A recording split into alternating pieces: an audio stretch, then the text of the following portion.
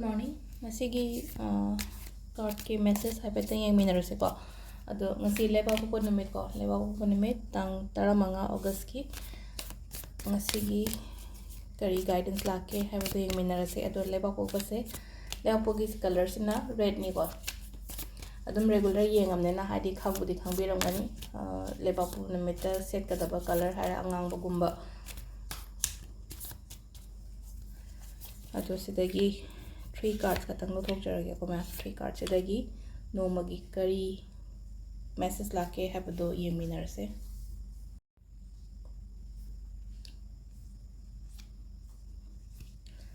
Sida lere ko card ahum se ahambagi se akoigi Ace of Swords ina lai ko Ace of Swords se kaino oi ko haidi adum afaba oina oi ko ngasi gi oina haragadi haidi kaino ma aingonda phangba lakpa pirakpa khotpa adumaina oina lakpa kaino oibudo message hai tare ko card chi guidance se mate ni khangde afaba ma lakpa ni khangde adumaina hai tare ko sida aduga ani subasina khatang nungai tra ko ngasi gi oina hai da thawai nungai taba thamoi sokpa khotpa gumba leina ko adi gino mamina poda ma hairapa matamda hurt tobudo yamna ngasi se kanano na ngonda hurt torokpa khotpa adumaina khitang lei ko ngasi gi oina adi khitang khara kaini putning nungsiba khotpa adom side oina laani ko ahum subagi su amuk phai ahum subagi su ko mateng gumba lakani sidana mi gi mateng gumba kai gumba adumaina ko mateng moiro sida blessings haira sine ko ishorgi sona chanbi ba khotpi ba nimit ne haina akoina khanba yai ko sesa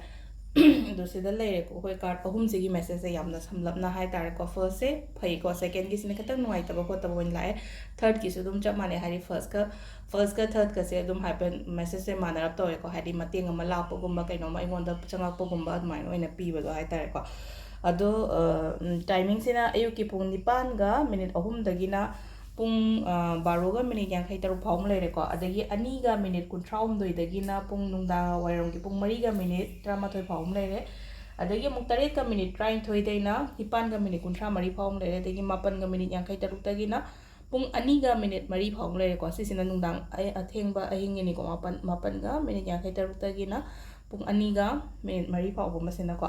adu sida leire khoi gi card ki message se adu hayeng new moon gi se aina cleansing ke ka to bion ha badu ngarang hapkyo ne video kamaina hadi isa cleanse kamaina tawga dagi imung gi cleansing ke kamai tawga dagi khotta dagi ha badu sengdo photo bo oraga so ngasi dagi dum haubi bo yare ko hadi imung manung sengdo photo ko nana thambio ba hadi new moon lakpa matam se hai tar ko imung chai ra kholaga thambi da ba hai tar ko set nana kachin ko ya dei kai de amona kai ga loina lothopio ko hadi phatawdi hadi khumung tong na da bani ka ha ra se wo namsalaga sum thambaga su leina ko adum mayam du lein thokhiba adum pot mayam do hadi akoina sena da pot adum lang thokbo farak taraga leba se hadi negative energy chingchal leba adu na hai tare ko hadi sugum pot chai pothi pura hai tare ko hadi phatawdi mayam je loina imung dagi loina discard to bi hai tare ko sida adu se de leire ko gi ngasi gi card ki message se mayam thank you